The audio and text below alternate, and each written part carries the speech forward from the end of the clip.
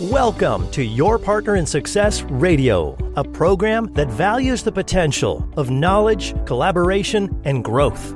The show is hosted by Denise Griffitts, who is known as an intensely curious nerd in stilettos. Each Wednesday, she is joined by co-host Ben Gay III, a renowned figure in the sales world. Ben is recognized for introducing The Closers, one of the most popular and powerful sales training materials ever produced. Having been mentored by Dr. Napoleon Hill himself, Ben has gained a wealth of knowledge in sales and life. Throughout the show, Denise and Ben delve into the world of sales, entrepreneurship, and success, exploring Ben's vast experience from guiding and mentoring countless professionals to achieve unparalleled success in their careers. Together, they offer unmatched guidance to listeners seeking success in their professional endeavors. Griffitts and Ben Gay, the third, on Your Partner in Success Radio.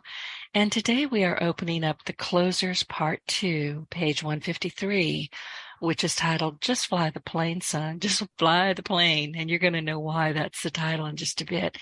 But here's a problem. All but the highest level of salespeople suffer from, drum roll, distraction.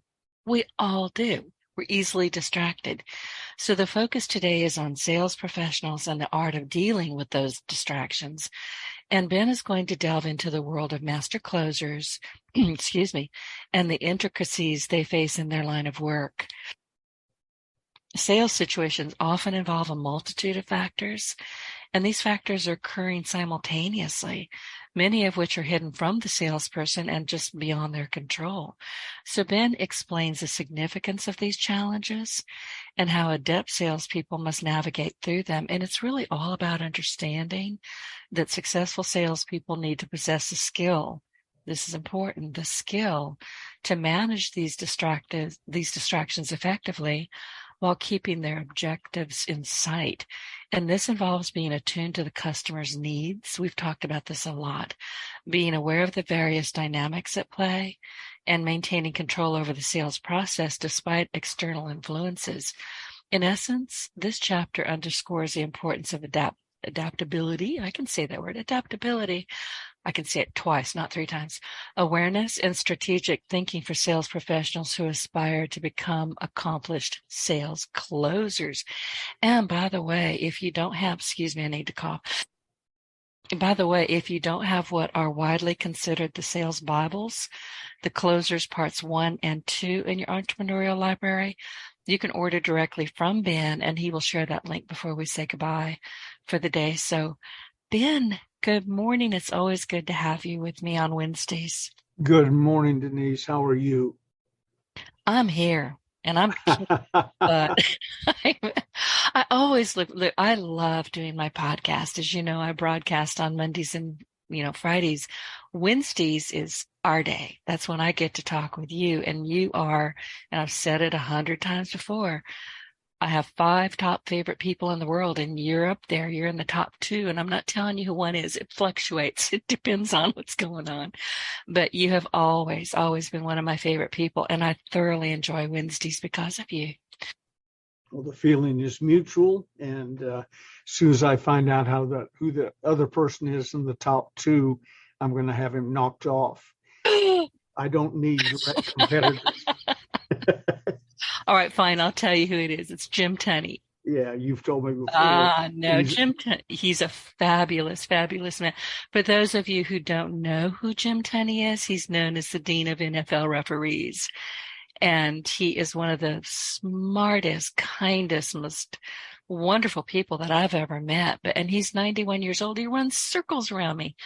He'll tell me things that happened, 40 years ago, and I'm thinking, what did I have for lunch? Did I have lunch?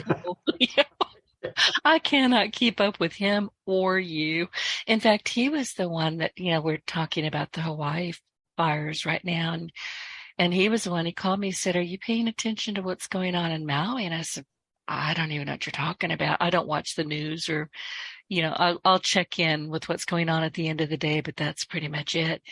And he was paying attention because he was very good friends with Jim Neighbors, Gomer Pyle. Mm-hmm. He would spend a lot of time in Hawaii Jim and his wife would go travel over there and spend time with Jim and Jim's husband over the years. So, it was important to him to see what was going on over there. But yeah, anyway, you guys, you fluctuate sometimes all on the same day, just so you know.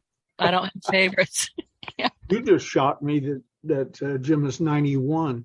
He is. Yeah. It doesn't make any difference. I know people who are older than that and sharper and or as sharp, but older. And, but it's just a number I didn't expect. I thought he was my age or younger. So, but he has a storied career, and I happen to know a lot of people that were in and around the NFL. I had the entire Washington Redskins team knock on the door one night. We were doing an encounter type seminar at Ricky's Hyatt House in Palo Alto, California. And there was a lot of yelling and screaming going on and so on, and had been for 4 days. Finally, there's this knock on the door, which was unallowed. Nobody in, nobody out. Who would have the audacity to knock on the door? I opened the door and I thought there'd been an eclipse of the moon. All the light was blocked, and there were, like 15 or more guys, all of them huge, standing there. And they said, "Can we come in?" And I said, "Yeah, who are you?" "Well, we're the Washington Redskins." Vince Lombardi had just joined them. And so it just felt right. So I said, "Yeah, come on in." And they walked into a room where in an encounter seminar, it's not chairs all lined up, squared. And went up to the front of the room and I said, "You want to know what's going on here?" "Yes." "Ask your questions." And then the class got to ask them questions. And Tunney and others were brought up in those conversations, who were some of the legendary people that and what was the good news and the bad news and so on. And the thing that I found with the players, and it spilled over to the referees, many of the referees had been players in high school, college, and a few in the NFL, but the gentleness of them. Through a fluke, I was raised in Atlanta, and live Atlanta wrestling, the forerunner to the professional wrestling you see today, was based in Atlanta. And the Blassie brothers, they were like Gorgeous George, with the bleached hair and all, were a big deal in town. And they joined Holiday Magic Cosmetics. They did. As distributors. Wow. And I was struck by how nice they were. And they introduced me to another guy who became a Holiday Magic distributor, Cowboy Bill Watts. He was an All-American out of Oklahoma, but then a professional wrestler. And I have never been around sweeter, kinder people, especially when you compare it to their public image, their persona, than professional wrestlers and NFL football players. I guess they're big enough and strong enough where they don't have to bluster and carry on. That's as soon as you see them, it's assumed. And I was going into a restaurant one day in Los Angeles, and bright sunlight. So when you go into the dark room, you can't see for a minute. Well, I opened the door and walked in and hit a huge cushion. I felt like I'd walked into a mattress. No light behind it. And I backed up, and it was Roosevelt Greer, who was the size of the refrigerator, right? Yeah. Okay. I remember Jim talking about him. And bumped into him, and I said, "Oh, I'm sorry." And he picked me up by each arm and about a foot off the ground, turned around and put me down in the restaurant. And he said, "That's okay, little feller." Oh. I'm 5'10" on a good day and weigh 165 pounds. He could have eaten me and not noticed. Now, aren't you glad he didn't pat you on the head? He probably dragged you into a wall. But anyway, Tunney ran and probably is still in contact with an interesting crowd, almost to a person, totally unlike their persona. He has always said that. Listen, I talk with him almost daily, have done for years. I mean, he's one of my very dearest friends. And he tells, like you, some of the most fascinating stories. And I've been after him for the longest kind of time, much like I'm getting after you. You need to write an autobiography. You need to share these stories. And he tells stories about, Frank Sinatra. Mm-hmm. A lot of, people that we know who they are. He told a story one time. He was a speaker, as you know, very well known speaker. And he was doing a gig or a speak. I don't know what you call them, but anyway, he was in Las Vegas, and so was Frank Sinatra. Frank Sinatra was playing there, and he went to, I guess, one of the stores in the mall, I don't know, casinos. I try not to go to places like that. But he went and he bought the most recent record of Frank Sinatra's. And he went to a house phone, and he said, listen, I'm not trying to meet Mr. Sinatra, but if I could I leave this record somewhere, and could he sign it for me? Sign the cover. Mm-hmm. And, that was it. He stopped, and he still was carrying the record around, just kind of wandering through Vegas. And all of a sudden he gets a call. Will Jim Tunney please come to the house, folks? He said, oh, what have I done? And this voice says, where are you? Tell me where you are. And Jim's like, well, I'm standing right here. And this guy comes running up to him, hugs him. It was the manager for Frank Sinatra. He said, Frank is dying to meet you. He will not watch football unless you're on the field. Wow. And they became fast friends, very good friends. Wow. That's nice. Sinatra, I know people who knew him. I never shook his hand, but he's like several people I've known over the years. He could be, the legends say, he could be the nicest, sweetest human on earth. Would turn his life upside down to help you through a situation. Or he could be the biggest jackass on the planet.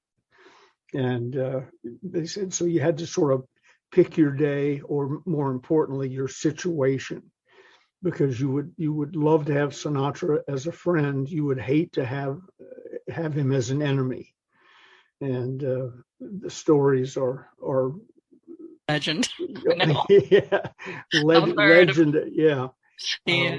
And the good ones I would repeat. Some of the bad ones I wouldn't. But I had a dear friend named Fred Pape, who was the amateur version of Sinatra. Couldn't have been nicer, more generous. You just wanted to hug him, or he might try and kill you. Well, so I would depended on the day. Yeah. So anyway, Jim runs and ran with a very interesting crowd. I would love to, if you can get us all together on the phone, let me see if I can talk him into doing it. Because nowadays you don't have to write a book; you talk, and somebody else will write it. Well, and that's what we've been doing, for a couple of years now. He'll start telling me stories. I'm like, whoa, back up. And I'll start trying to scribble it down or record it. So we've got some of it done, but he's got so much to share. The people that he knew, the people that he's worked with. And I'm going to tell you, what I have never, ever heard from Jim is a bad word about anybody. Just doesn't happen. He's, from everything I've heard, a neat guy. We've appeared together, but like a 5-day seminar where somebody's on Monday morning and leaves town, and you're on Wednesday afternoon. So you never meet. I have friends in the speaking business that we have shared stages for 40 years and have maybe met in the last 5 years or not at all. Become telephone friends and social media friends. You were talking about him getting paged. I'm older and not everybody gets it. But one of the things I like to do in airports is have Judge Crater paged. Judge Crater report to the cell phone and so on. Judge Crater was a judge on the East Coast somewhere, I believe, who was doing criminal trials all day. And he went out for lunch one day, and that was it. No one ever saw him again. No one found his body, nothing. Oh, no. So when I page Judge Crater in airports, older folks, got to have a little gray, will stop, look up at the speaker, shake their head, and go on. and they get it. The young people are wondering who this stupid Judge Crater is. He doesn't know how to answer a page. See, I would have not known. I would have just gone about my business. Exactly. Well, if you ever hear Judge Crater Page, A, you're in on the joke, and you know, B, that Ben Gay is somewhere in that airport. I'd be hunting you down. Yeah. And the other one, I would be all over looking for you. If there's a young hostess in a restaurant who I've never met before, and they need to take our name for a moment, I always say, let's say there's four of us. I'll say Donner Party of Four, and the young kids will write it down. Well, the Donner Party. Oh, geez. 30 miles from where I'm sitting now. I know. Ate each other on a bad winter. Yes, they did. The Donner Pass. I've traveled that road many times in the winter. Don't do that, by the way. Don't do it. When I can get the young hostess to say Donner Party of Four, invariably an older, wiser manager will come out of the back, and you see him whispering in her ear, and then she turns bright red. You can only get them with Donner once. You have to find new victims. You want to get into how to fly the plane, son? I do. And listen, to anybody who's listening to us, you're going to hear these stories. We've got them. Ben's got them. I've got questions. We're never going to just dive into it and go, well, and here we are, the closers part 2. We may get to it, we may not, but we're going to tell a lot of terrific stories. And interspersed into all the kind of chatting and laughing, there are lessons for you to learn. So we really are here to help. So let's talk about the focus today on sales professionals, because honestly, you can get distracted for the darndest reasons. So I'm going to mute myself and you take the mic.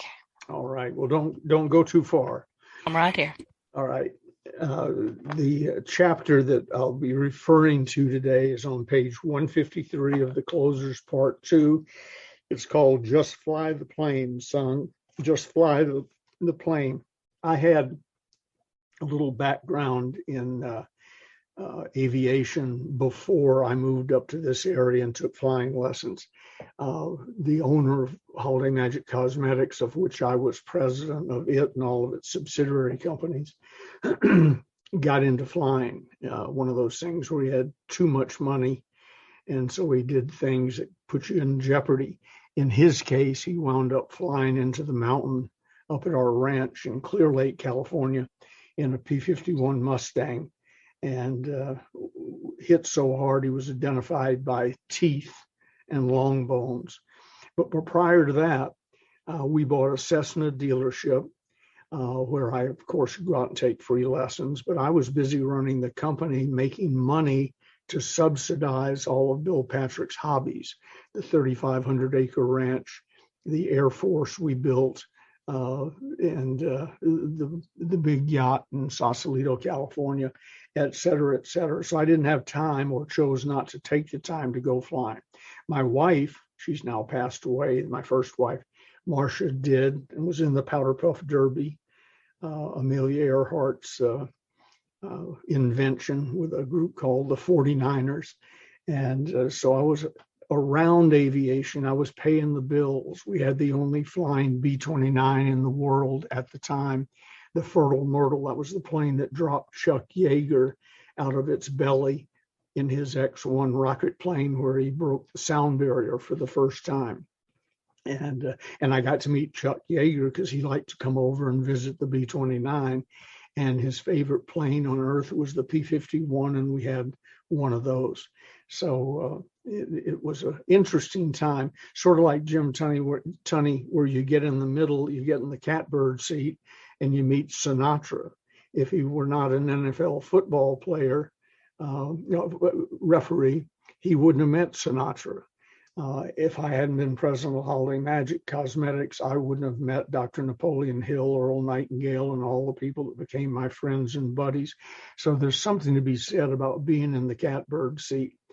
Therefore, I learned a lot about aviation, paying its bills, stay out of the aviation business, by the way.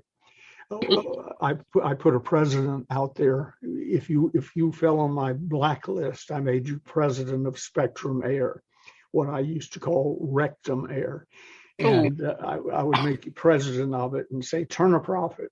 And one day, one of our people who was a finance guy in the cosmetic company was president, and he turned a $3,500 profit. We had 42 airplanes, a flight school, a Cessna dealership. He turned a $3,500 profit, and I sent him and his then fiance to Hawaii for a week. He said the trip cost far more than the profit. I said, that's okay. It's the first time I've ever sat in a board meeting of Spectrum Air and saw the bottom right number on the last page not be in brackets, which is a loss.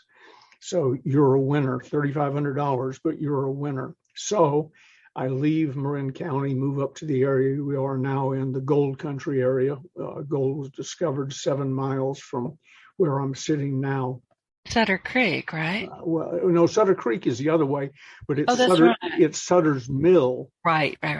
Which is the structure that sits on the American River where John Marshall picked up the nugget and set off the California gold rush and developed the West Coast, basically. So I knew the fringes of the aviation business, and then I decided to take flying lessons at a local, the Cameron Park Airport, about 10 miles down the road from where I'm sitting now. And Marcia, my late wife, was saying, you had 42 airplanes at your disposal, and more than that, counting the ones we rented out by the hour. At your disposal, you had an entire flight instructor team, and it was all for free. And now we're up here and you're paying $1,500 or whatever it was in those days, 35 years ago, to get a pilot's license. There's something wrong with this picture. She wasn't wrong. Yeah, right. I know what happened, Ben. You didn't sell yourself on the need to have that pilot's license. Right. So this is all your fault, right? It is. Okay, I agree with Marcia. Like most things in marriage, I've discovered, they're all my fault. Well, there you go. But anyway, one day we're walking out to the plane. I'd had a few little fly arounds prior to that and was getting ready to solo. And you mentioned a license. After all this, I never got a license. I soloed 4 or 5 times. And I remember the last time I came back, I landed and I thought, okay, got that out of my system. You know, there's some people who fly and they never think about another thing in their lives but flying. They're not alive unless they're flying. I found it interesting, like getting a new Ford truck. You only need to drive it 3 or 4 times and you pretty much got it figured out. So I soloed 3 or 4 times, parked the plane, and never flew again in a plane I was piloting. But on the way out to the plane one day, I'm just getting ready to solo.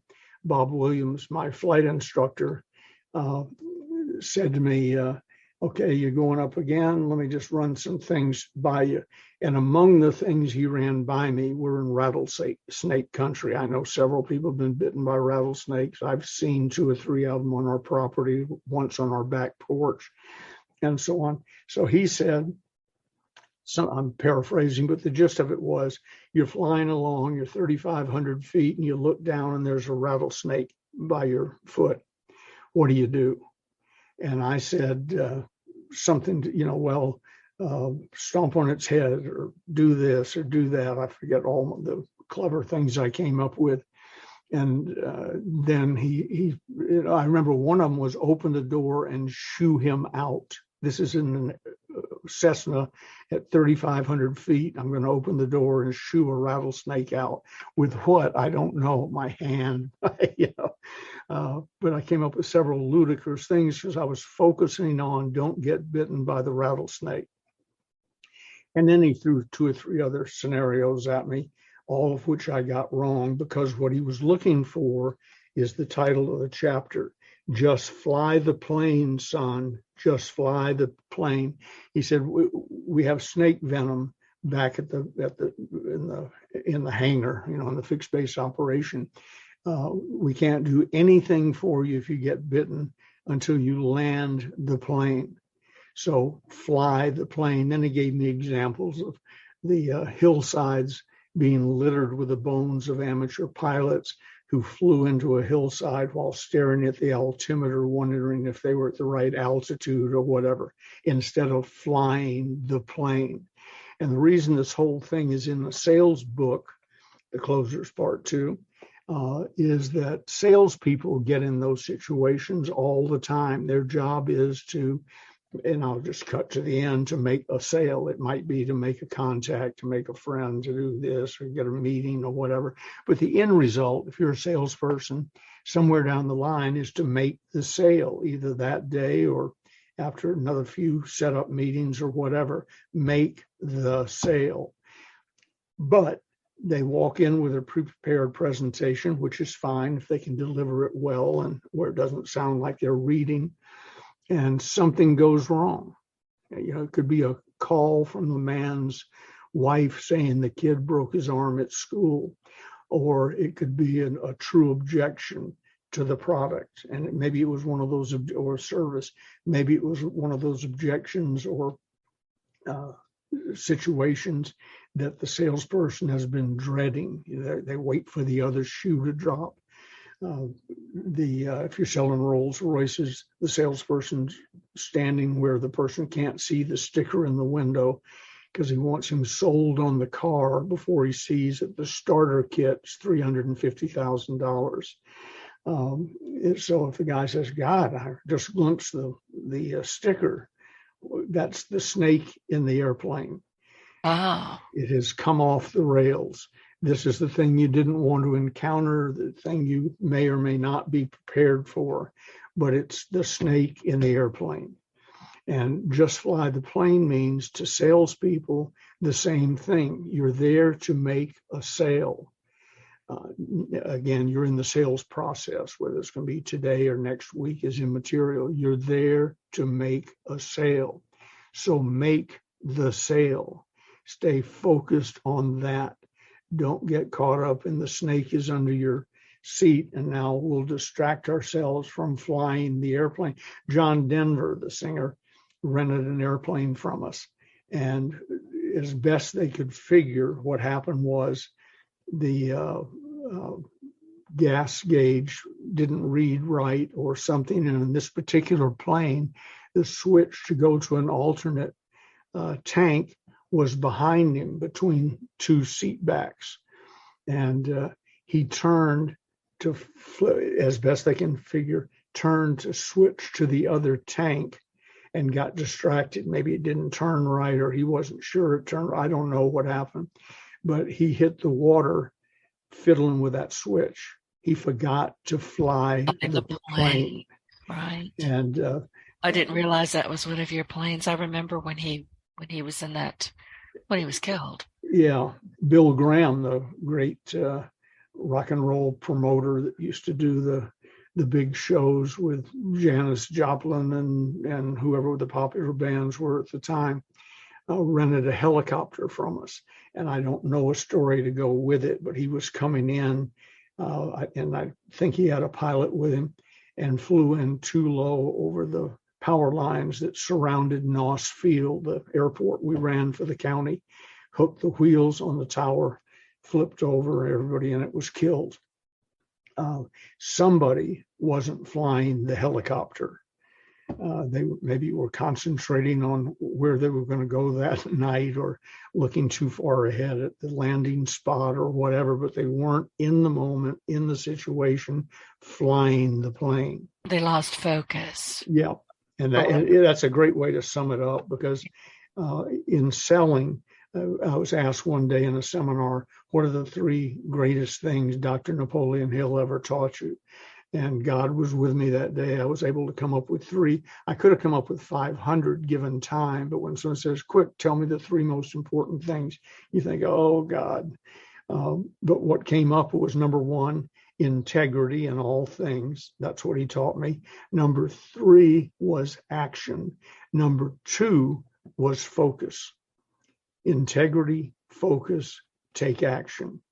So Dr. Hill taught me sort of what Bob Williams, the flight instructor, was trying to teach me in a flying lesson. And it fits into so many aspects of life, whether you're raising a family, trying to keep a husband or wife happy and together and with you and so on. It takes focus. It takes attention. And if you get distracted by other things, it all goes down the toilet. So, Yeah. And something else I wanted to catch just before it got away from me, because I just wrote it down though, something that we have talked about on this podcast that he taught you, which is so important, and I've had to relearn it at your feet, is time management. Oh, yes. Yes. I mean, it's so easy to go, oh, I'll remember that. No, you won't. You won't. Oh, I'm going to do that later. No, we just had that conversation a bit ago in the virtual green room. I said, well, I'm going to get this done. And you said, yeah, you're going to get around to it. I know what around to it is. I have a wooden one. It's a little and it says a to it on it. So, I mean, I got called out before I even got on the show. I'm hurt. But you're right. I didn't write it down. I didn't make it a priority, but I did now. I opened up my day planner, my Ben K day planner, and it's in there now because I called myself out. You called me out. Good for you. Well, it's just crucial. I'm surrounded. I wish I could show you a picture. I have today's calendar out, Wednesday, August 16th, with the things I'm going to do and the important ones highlighted, including this call. And then I have the 2014 calendar that I got a few months ago. So now I'm moving things I want to do up next year. I wrote down one that I was having lunch with somebody in December of 2024.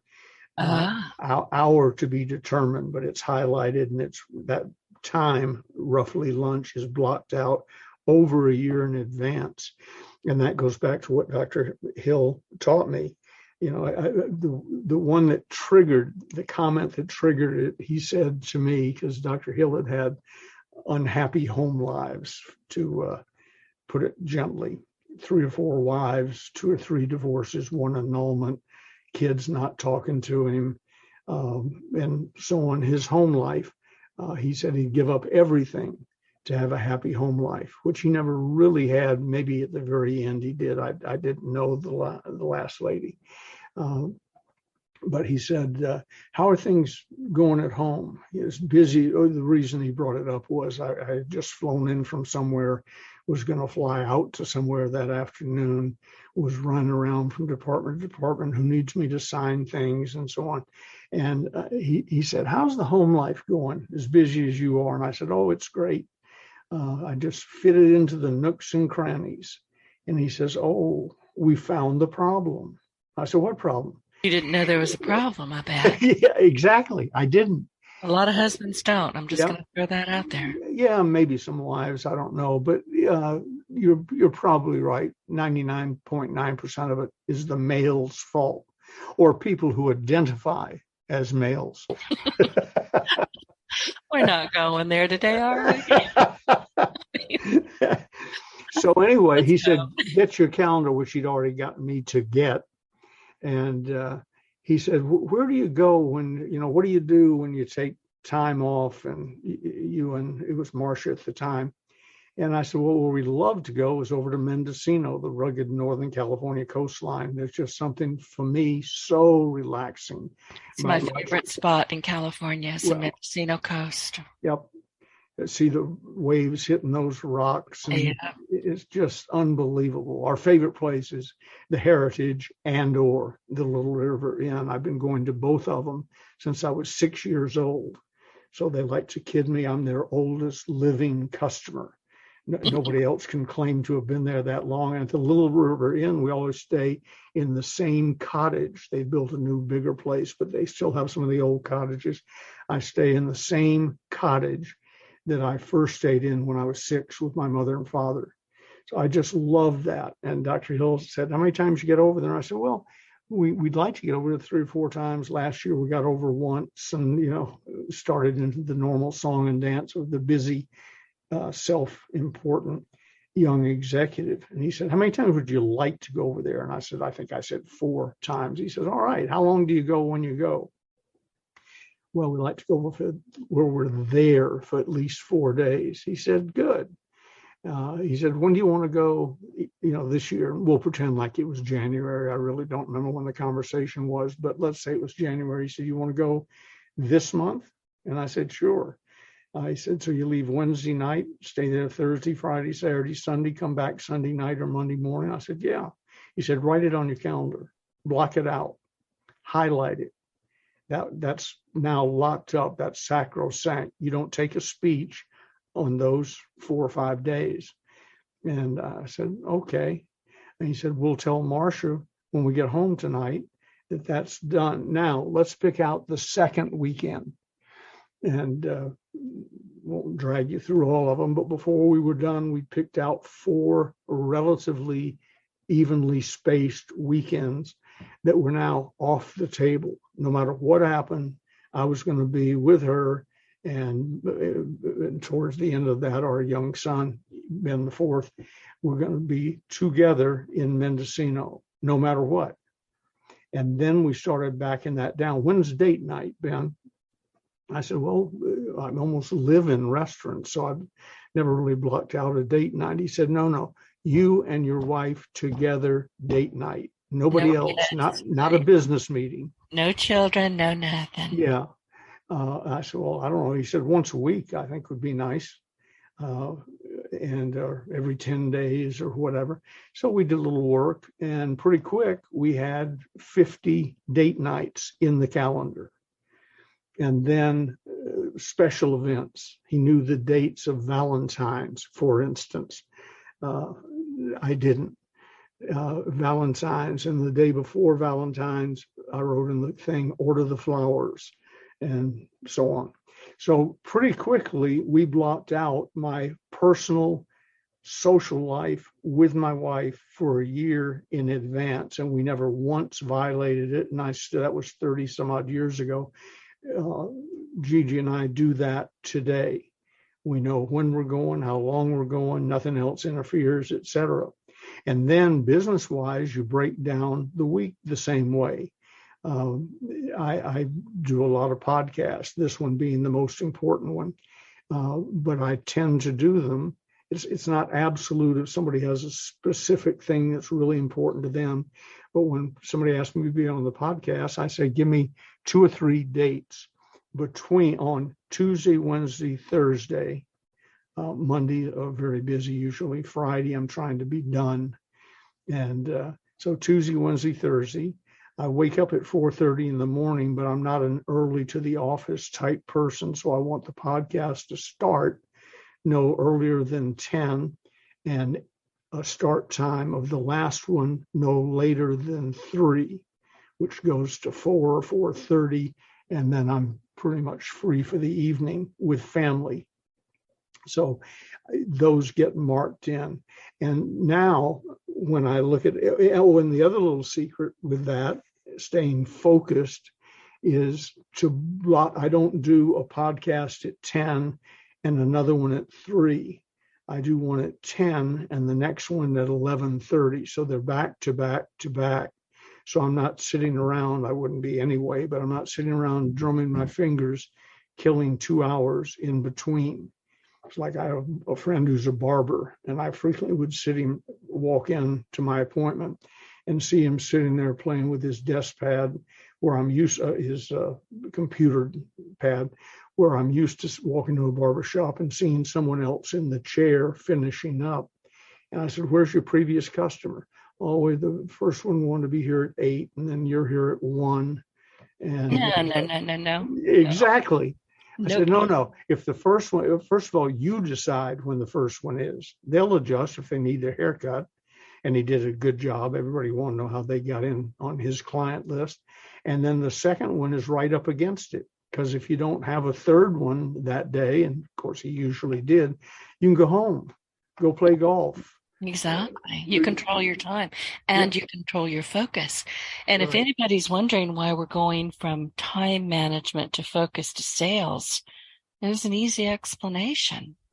If you've got everything on your calendar, it's under control, you're not being distracted by, oh God, he just saw the price sticker, because your brain is shooting off all over the place. Yep. And you get really dependent on it. Gigi is forever asking me, like today at 2:20 p.m., I'm to report to my doctor's office for my 6 months or once a year, make sure you're okay physical. This morning, she said, "What time is your doctor's appointment?" I said, "I don't know. I'd have to look at my calendar." I was able to tell you 2:20 now because I looked down and there it is written and highlighted. I've now gotten in my brain without looking at my calendar. I don't take anything Wednesday morning because that's when we do our show. All right. And although it's written in weeks in advance and highlighted, that's one of the few things that if you say, can we have a early lunch on Wednesday? I go, no, that Wednesday morning belongs to Denise Griffitts. Oh. But that again, because we do it every week, that's one of the few things I know without looking at it. Exactly. Yeah. I don't even have to think about it either.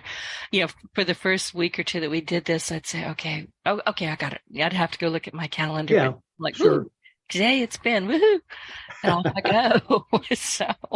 But yeah, you have to have that in order to maintain focus when you're in a sales call or conversation, whatever it is, or you're trying to get a job. That's a sales job.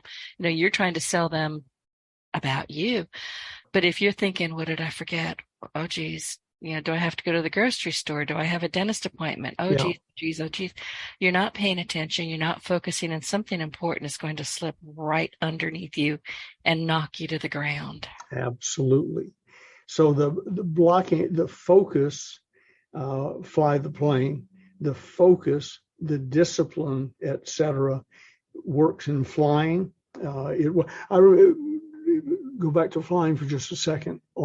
Since I decided that there are people who should not have guns. I'm one of them.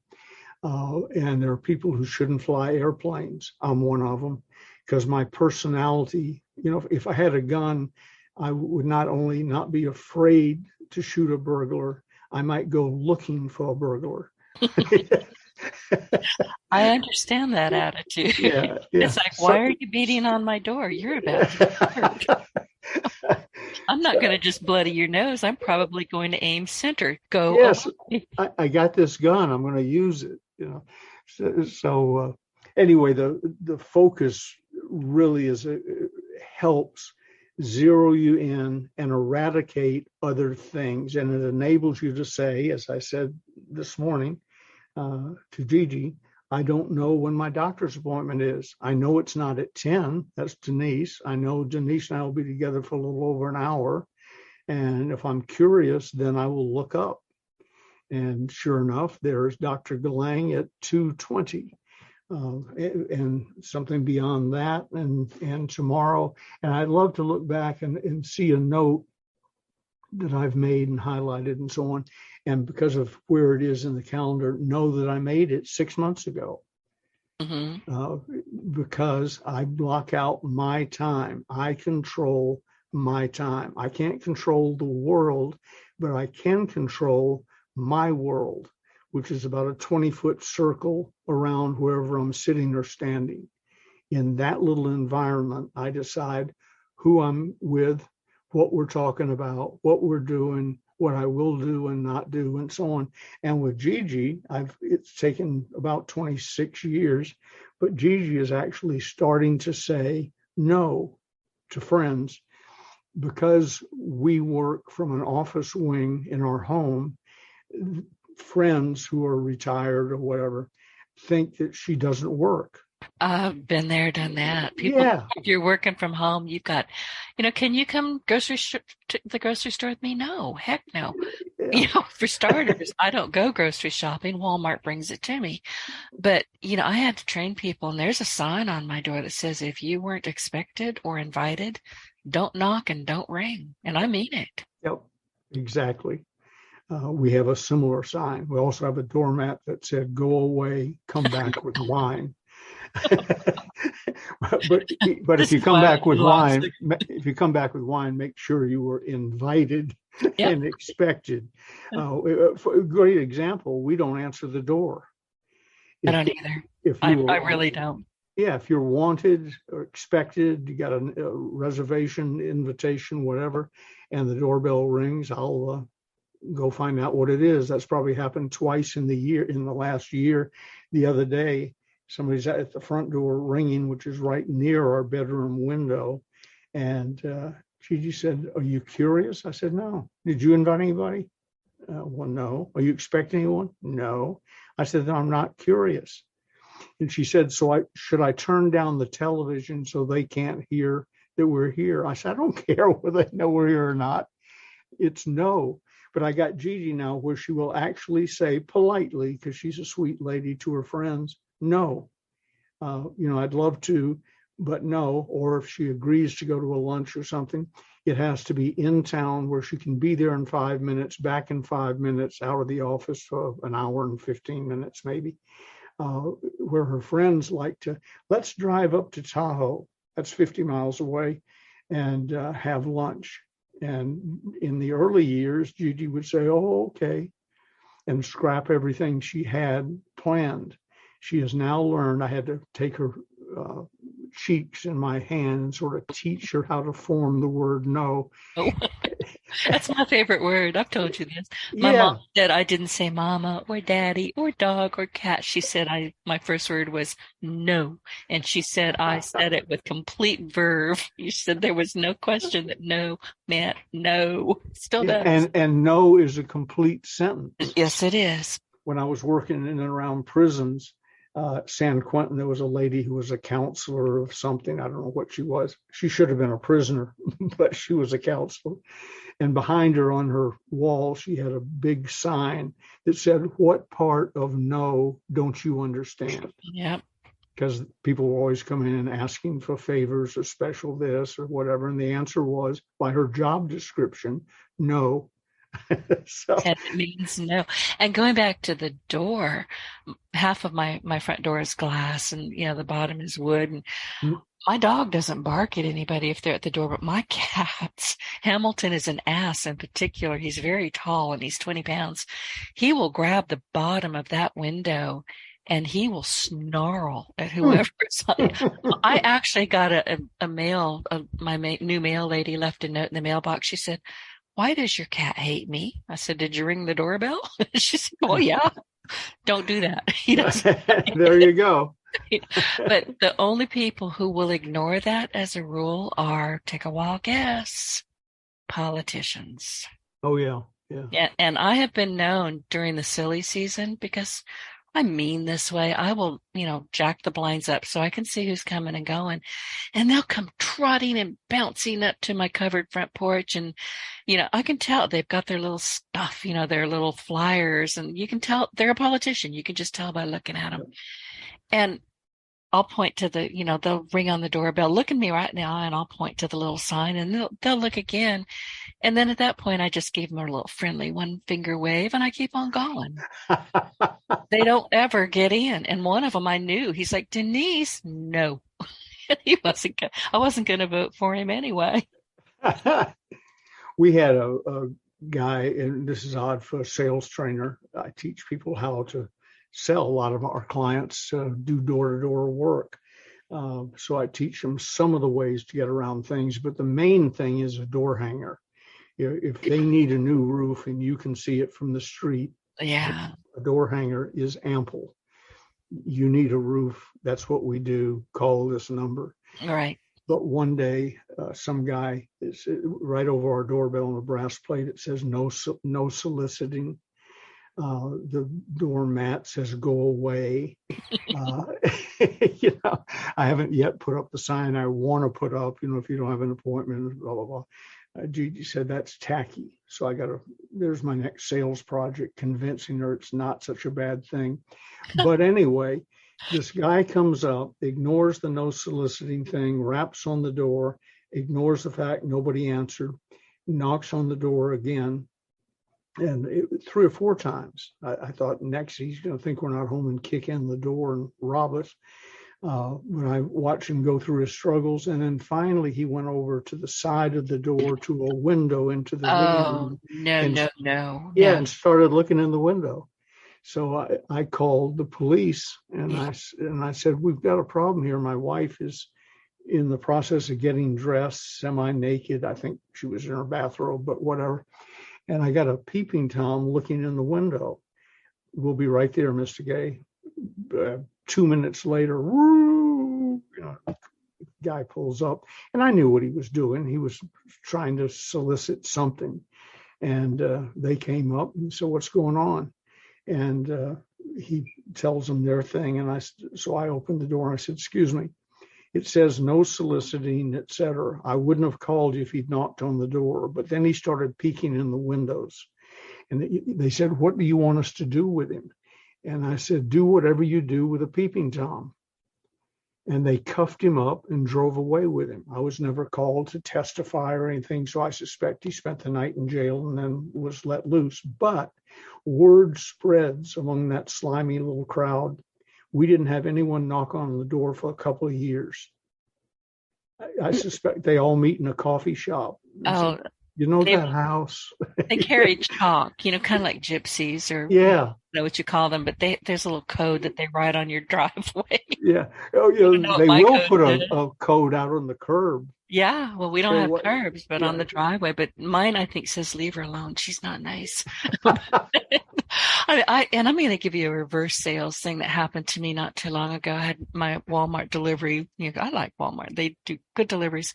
And I made the mistake of opening the door while it was being delivered because I needed to put something outside on the front porch. And this little guy, and he was doing a terrible job. He was thinking that he could haul 4 30-pound boxes of litter with 2 hands, and he busted 2 of them. So I was like, "Dude, you're going to have to clean that up and replace it." But anyway, he decides that my grass needed mowing. Well, it did. And he, I said, "Yeah, I agree. Well, I can do it for you." And I just ducked. I went right back into the house because I knew what was coming. So he brings over the rest of my groceries, and right there where the sign is, "Don't ring," blah, blah, blah, blah. They're supposed to, as part of their job, take a picture of what was delivered and go away. Mm-hmm. He banged on the door. He rang the doorbell. Then he banged on the doorbell some more. It's a good thing I didn't have a gun, because seriously, I was so irritated by this guy, but I was not going to let him bully me. And that's what he was trying to do. And he was a slimy little guy. You just get a sense for people. Yep. I didn't want him in my driveway. I didn't even want him bringing another thing of litter. Just go away. He kept it up for the longest kind of time. And I finally called Walmart and said, "You need to do something about this guy." Good. And he was doing his best to sell me on he was going to be my next yard guy. I was doing my best to get him arrested. Well, I'll give you some tips to that in the future. There are buzzwords police listen for, and they will come out and visit with.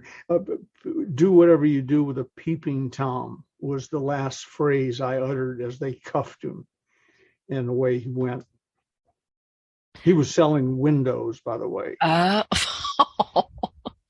irony.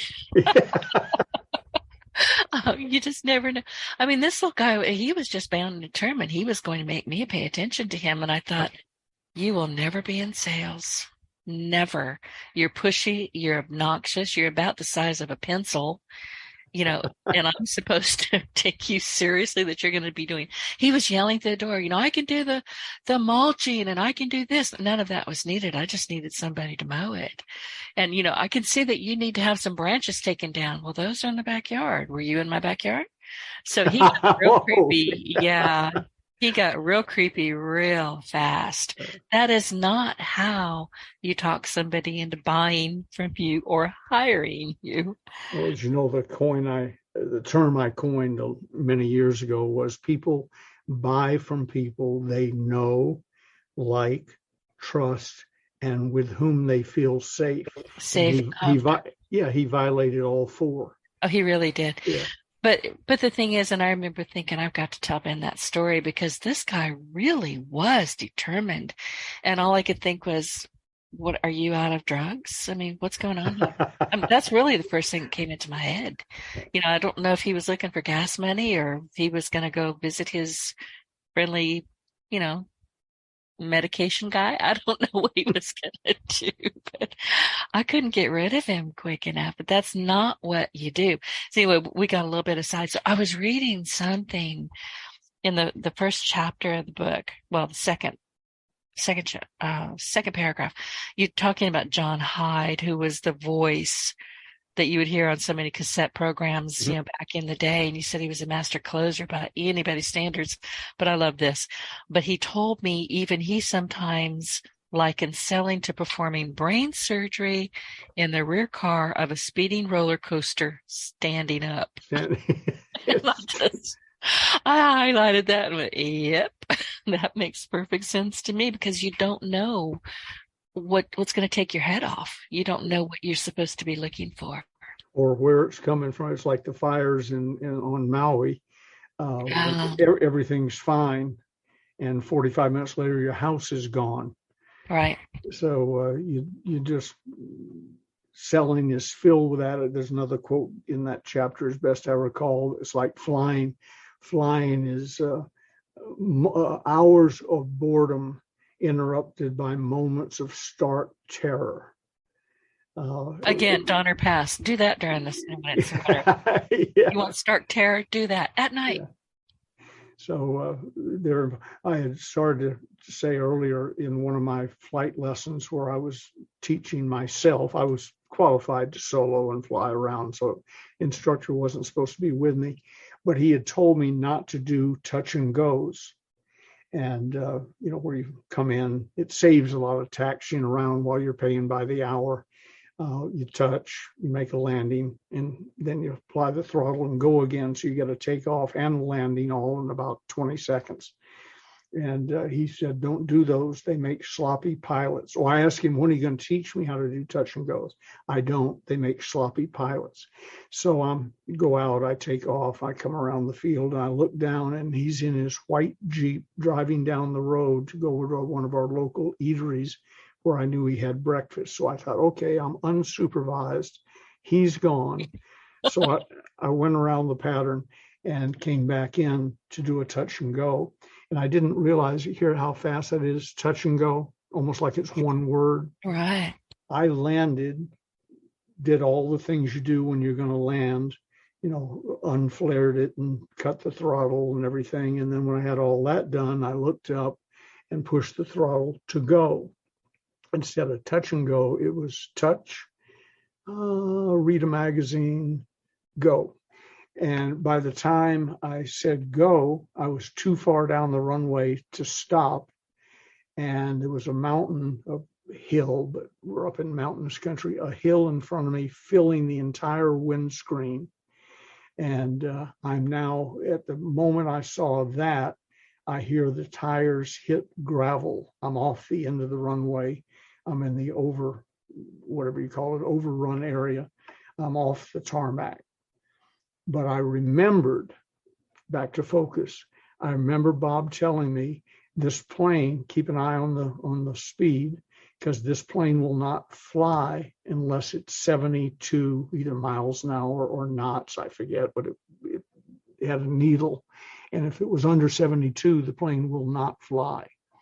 And so I looked at the glance, all this is in a split second. I look up, I glance at my windscreen full of mountain and a house, a Spanish house up on the top. I hear the gravel under the plane, but it's 71. So I'm pressing on the throttle, finally hits to 72. I pull back. I missed the mountain, or we wouldn't be talking. I missed the house, but I flew through their front yard so low that I could look into their second-story bedroom. And if I were an artist, I could draw the pattern of their bedspread. I was looking at the bedspread as I flew almost into their bedroom. So you were a peeping Tom. Yeah, I was a peeping Tom. If they could have caught up with me, they could have cuffed me up.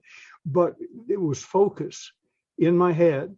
Won't fly unless you're doing 72. No matter what else is going on around you, fly the plane. 72. At 72, I pulled gently back on the yoke, and the son of a gun took off slowly, but it cleared the yard and out the other side. So that's a fly the plane moment also. It's also listen to older people who know what they're doing lesson. I didn't do that. It was shortly after that. You admitted it. Oh, and when I finished up my little self lesson, came in and landed, there's Bob Williams. And he said, well, how was your day? And I said, oh, it was fine. Not realizing that the crew that worked there in that building saw me go by at ground level like an automobile. They were down on the end of the runway. And of course, they ratted me out immediately. But to show how cool I was, I poured a cup of coffee and then put it up to my mouth to drink. And that's when my hand started shaking like it was on a vibrator. And I threw coffee all over me. I'm not laughing. I'm laughing with you. Yeah. Seriously. He said, do you want to discuss touch and goes again? I said, no, I'm done. I have done my last touch and go. Well, and I'm looking, I'm going to be laughing all day long. At the end of this chapter, you see in the Air Force, they have a saying, which I think is apropos here, never run out of altitude and ideas simultaneously. Right. You learned that lesson. Yeah, that came from a dear friend of mine who told me about it, Danny Cox, who was a speaker in the real estate industry. And he also told me another thing that he said, Ben, when he was a fighter pilot. He said, do you know how to tell when you're in a room with a fighter pilot? And I said, no. He said, he will tell you. And he was right. But yeah, never run out of altitude and ideas simultaneously. And I had just about, with about 3 feet to spare, run out of both. And Bill Patrick, my boss and friend, mentor, didn't react that quickly and went right in the side of a mountain with a P-51. I don't know what he got distracted by or what happened, but he was full bore when he hit the mountain. I hate to even hear that. I mean, I know it happened, and I remember after we talked about it one time, I went and read about it, but oh boy, you just lose focus. Losing focus can kill you. Yep. It can lose you the sale, or it can kill you, or both. Correct. Well, the Fly the Plane, Son has a lot of meaning, but there are people who, my favorite chapter in that book is Sales Infiltration at the end of the book. But there are people, Tony Rubleski, who's a prominent sales trainer and so on. He's a friend of mine. We all know Tony. Well, I never see Tony or talk to Tony. The first thing out of his mouth is, I say, hi, this is Ben Gay. He says, just fly the plane, son. For some reason, that really struck home with him. We've all had moments where that really strikes in. And control your time. We touched on that. Control your life. You don't have to be dictatorial. You just set up boundaries. I know there are jackasses in the world, but you're not allowed to be a jackass within 20 feet of me or on our property or in our house or wherever. I don't care what you do on your own or in the privacy of your own home. But in my little world, we will do podcasts between this time and this time. We will not see each other these 4 long weekends a year because Gigi and I will be in Mendocino. We will not do this on date night. No, you may not join us. We're in a restaurant on date night a week or so ago, and a guy who I really like, and Gigi's known longer than I have, comes up to me. He said, oh, hi, how are you? I didn't know you were going to be here. Do you mind if we join you? And I said, yeah, I do. If I wanted you to join us, I would have invited you 2 or 3 days ago. Right. This is date night. He goes, oh, okay. And he was momentarily offended, but later he tapped me on the shoulder and smiled. He got it. You know. So. And you listen, a lot of people don't know how to say no. And when I tell you it's my favorite word, I'm not kidding. I use it a lot. I tell myself no. I'm probably the worst offender of no, Denise. Bad, Denise. No. This will not turn out well, Denise. Don't do it. Oh, darn it. She did it. And I always regret it. You know, when I know that no is the proper response and I go against that, I will pay for it. Yep. I will. And always. We're going to go back to focus. I lose focus. I'm irritated. I'm cranky. I can't figure out what I was supposed to do next. Everything just kind of falls apart if you don't have that balance and that focus and that structure. So that's really what we're talking about in sales here. You have to internally be strong enough to say, this is how I do it. This is what I'm going to do. This is what I'm not going to accept. But if you need me to sell you a Rolls Royce, I'm going to give you the best day of your life because I am focused on you and I'm focused on that car. And more importantly, I'm more focused on what's in it for you, not what's in it for me. And I think that's where a lot of sales processes just do, like this poor guy from Walmart. I would imagine he got fired. I don't think I was the first one he tried to do this with. He will regret the rest of his life calling on you. Probably so. And I'm just distraught over that. But anyway, it is what it is. Wrapping up in just a word or two, what we've been talking about with the focus and the discipline and the calendars and so on, systematize things so you don't have to think about them. Each one's not an emotional decision.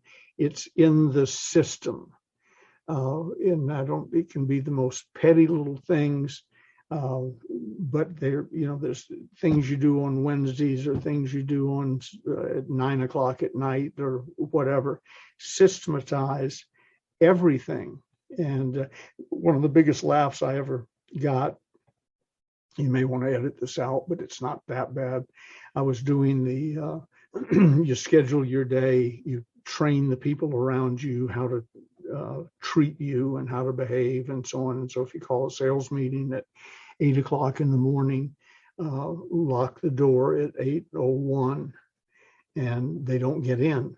And they'll only get locked out of 2 or 3 sales meetings in their life, and then they'll start showing up at 7:45, and so on. So do this.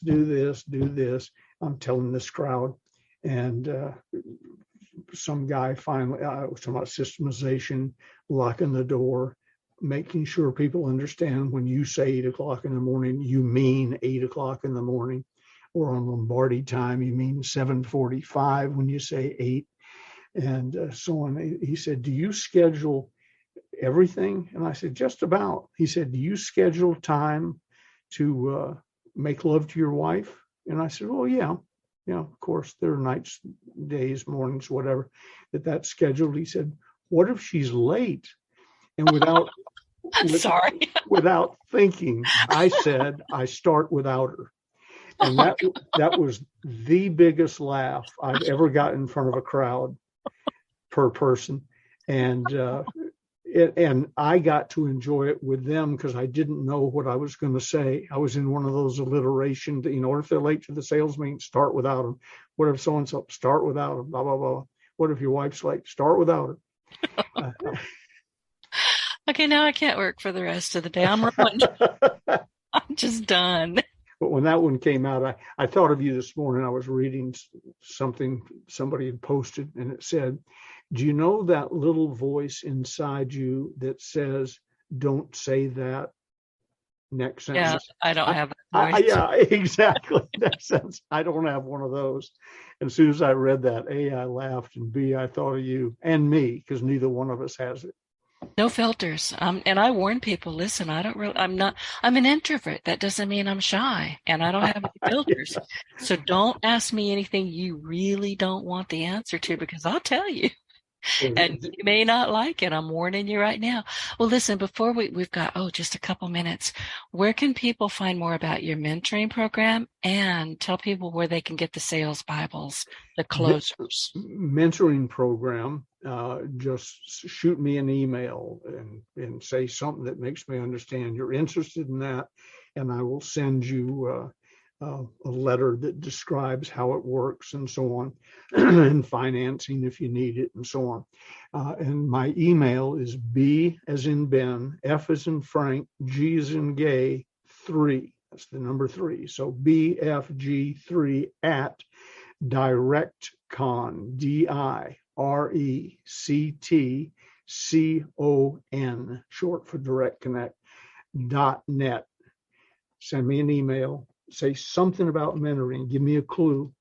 As for the books, you can get them signed and dated with an unconditional lifetime money-back guarantee, with special pricing and free shipping at stores, stores.ebay.com/ all one word, Ronzoni Books, RONZONEBOOKS.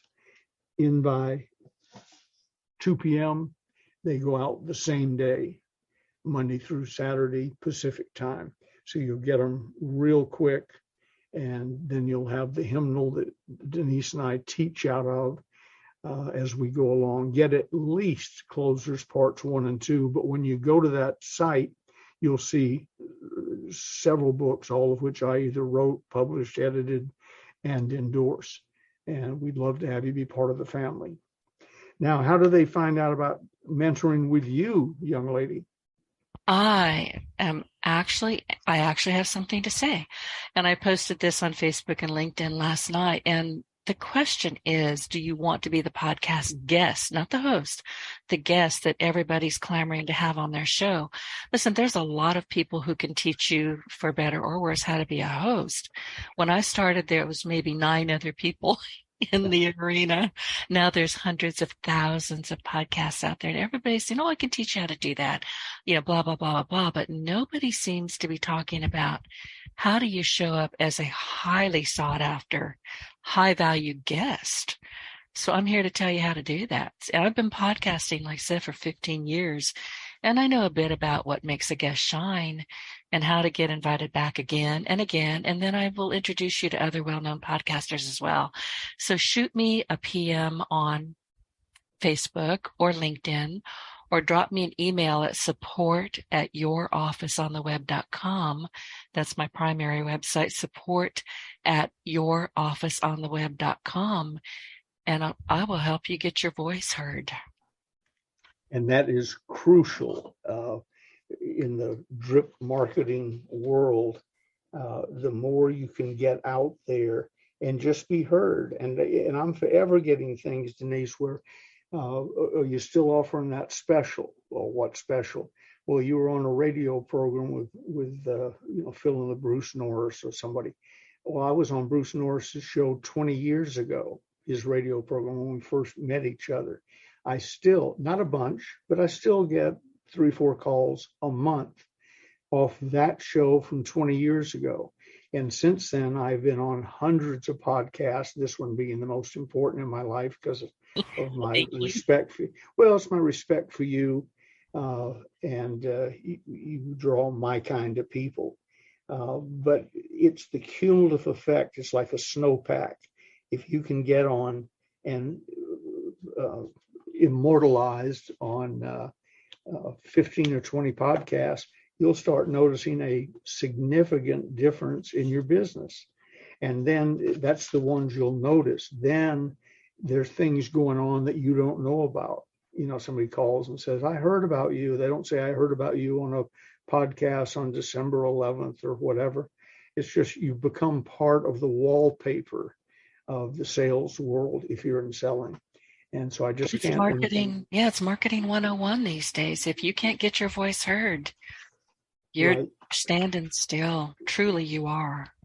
And if I didn't know anything about the business, and I'm pretty close to that now, not knowing anything about the business, I would go, as I did, to Denise to ask for guidance and help. And she gives freely, is an expert, and I highly recommend her. If you want to be a host, talk to her. If you want to be a guest, talk to her. Thank you, Ben. I really appreciate that. And I love what I do. I mean, it's really a passion project for me. This podcast always has been, but I get to meet people like you and people from all over the world, and it makes my day. So thank you. Before we say goodbye, we're about to run out of time any minute. I would like to remind our audience to be sure to look for us in iTunes. Listen, we're in iTunes, we're on Audible, we're on Stitcher. Anywhere else you consume your business podcast, just look for Your Partner in Success Radio. That will lead you to the Inner Circle podcast and take us along on your success journey. Ben, thank you. What are we going to talk about next week? Do we have any idea? I would suggest, I don't know about anything you want, but I would suggest, I've got a few emails that have piled up. And by the way, I gave you that email address to ask about mentoring. That email address will also work for submitting questions to us, things that you'd like to hear on future broadcasts. But I've got several really good questions lined up. We could do a whole show on just answering those. Perfect. And I am part of the thing that I said, I'll get around to it. I'm going to do it. I'm going to try to do it today. Tomorrow at the absolute outside is go to denisegriffitts.com. And this is where I put all of my stuff, Ben's stuff. And I'm going to put a form on there where you can ask us questions, and we'll do our level best to answer them every week. Ben, thank you. Go forth. Tell Gigi hi for me. I shall. Know that we love you and respect you, and look forward to next week. Thank you. Right back at you.